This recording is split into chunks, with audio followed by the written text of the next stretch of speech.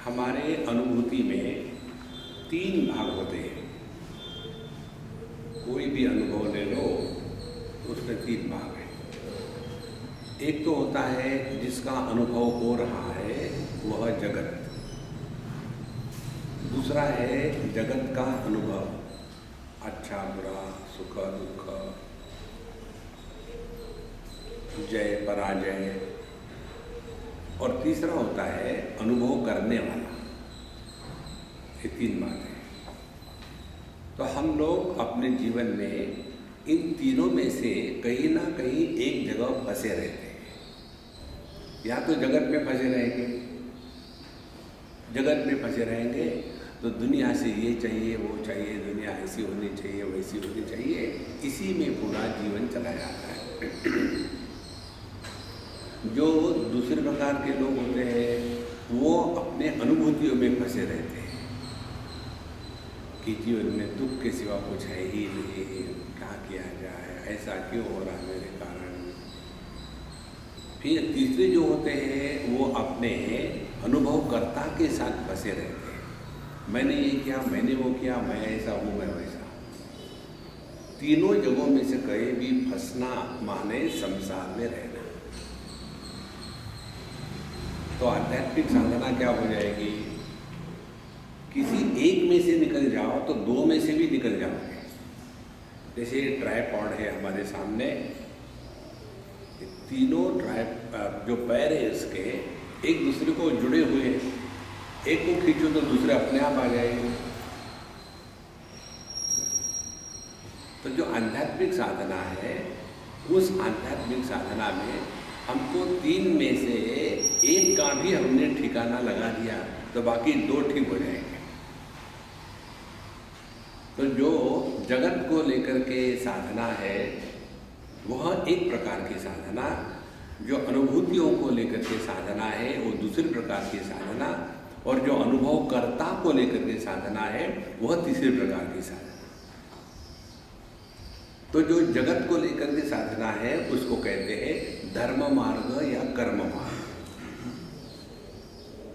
धर्म या कर्म के द्वारा होता क्या है कि हमारा जो जगत के प्रति आकर्षण है, जगत के वस्तुओं के प्रति जो हमारी महात्म्य बुद्धि है वो धीरे धीरे क्षीण होने लग जाती है।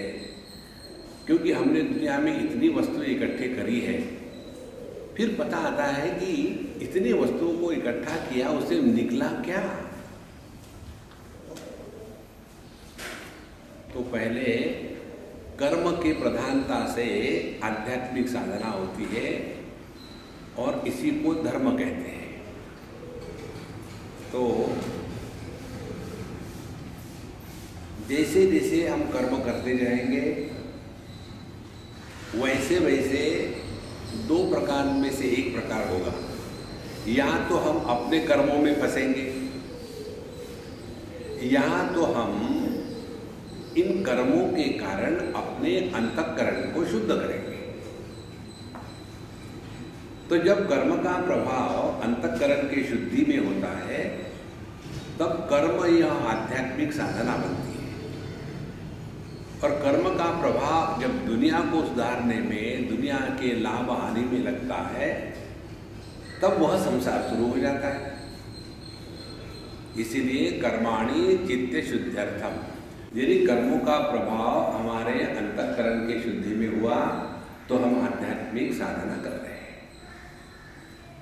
अब दूसरी बात होती है अपने अनुभूतियों को लेकर के। यदि हम जगत के साथ व्यवहार करते समय जो हमको अच्छे बुरे अनुभव आते हैं उसी के द्वारा प्रभावित होते रहेंगे तो पूरा जीवन इसी में चला जाएगा। पता नहीं लोगों के बच्चे अच्छे होते, मेरे बच्चे ऐसे क्यों निकले। पता नहीं लोगों की बीवियाँ अच्छी होती है, मेरी बीवी अच्छी क्यों नहीं है। तो ऐसा व्यक्ति अपने ही अनुभूतियों में ऐसा फंसा रहता है कि उसमें से निकलने को तैयार ही नहीं। देखो हमारे कबीर जी महाराज कहते हैं ना, दुख में सुमिरन सब करे, सुख में करे ना कोई। हमारे जीवन के जो दुख होते हैं ना वो इसलिए होते हैं कि जिसके द्वारा हम जगत से उपरत हो जाएं। देखो दुख का यही कारण है दुख इसलिए होती है कि हम जरा सावधान हो जाए। देखो, दांत में दुख हो रहा है तो उसका अर्थ क्या है? वहां कुछ तो भी रोग है, इसलिए दुख हो रहा है। अब कल्पना करो, रोग हो और आपको दुख ना हो तो रोग है पता चलेगा? तो जो दुख है ना, वो बताता है कि कुछ तो भी गड़बड़ी है, ध्यान दो उधर। इसी प्रकार से जगत में व्यवहार करते समय जो अच्छे बुरे अनुभव आते हैं उसका तात्पर्य यही है, अब ध्यान दो किसके कारण दुख हो रहा है, किसके कारण हो रहा है? बच्चों के कारण। Very good. आप इस पर चिंतन शुरू करो, इसको रेक्टिफाई करो। तो क्या रेक्टिफाई करें कि हम बच्चों को केवल देह देते हैं, देह में रहने वाला बच्चा हमारा पैदा किया हुआ नहीं है। तो जैसे हम अपने माँ बाप की बात नहीं मानते, वैसे वो हमारे ही बच्चे हैं, वो हमारी बात नहीं मानेंगे। ये तो परंपरा से आ रहा है। तो जब हम अपनी अनुभूतियों का विश्लेषण करना शुरू कर देते हैं तब हम आध्यात्मिक साधना कर रहे हैं। और जब हम अनुभूतियों को लेकर के कंप्लेन करना शुरू कर देते हैं तब हमारा संसार की साधना शुरू हो गई। अब तीसरा जो अंग है अपने अनुभूति का, अनुभव करने वाला। अब कौन है अनुभव करने वाला? इस पर चिंतन करें। मैं बूढ़ा हूं, यह देह नहीं कहता। देखो, देह को कुछ फर्क नहीं पड़ता, कोई भी उम्र हो। तो कौन कहता है? मैं भूखा हूं, ये प्राण नहीं कहता। मैं सुखी हूं, मैं दुखी हूं, ये कहने वाला कौन है? तो तब पता चलता है कि यह एक ऐसी वस्तु है कि जो है नहीं, केवल प्रतीति मात्र है। तो ये जो नित्य निरंतर जगत के साथ व्यवहार करते समय सुख दुख का अनुभव करने वाला जो है वो कौन है?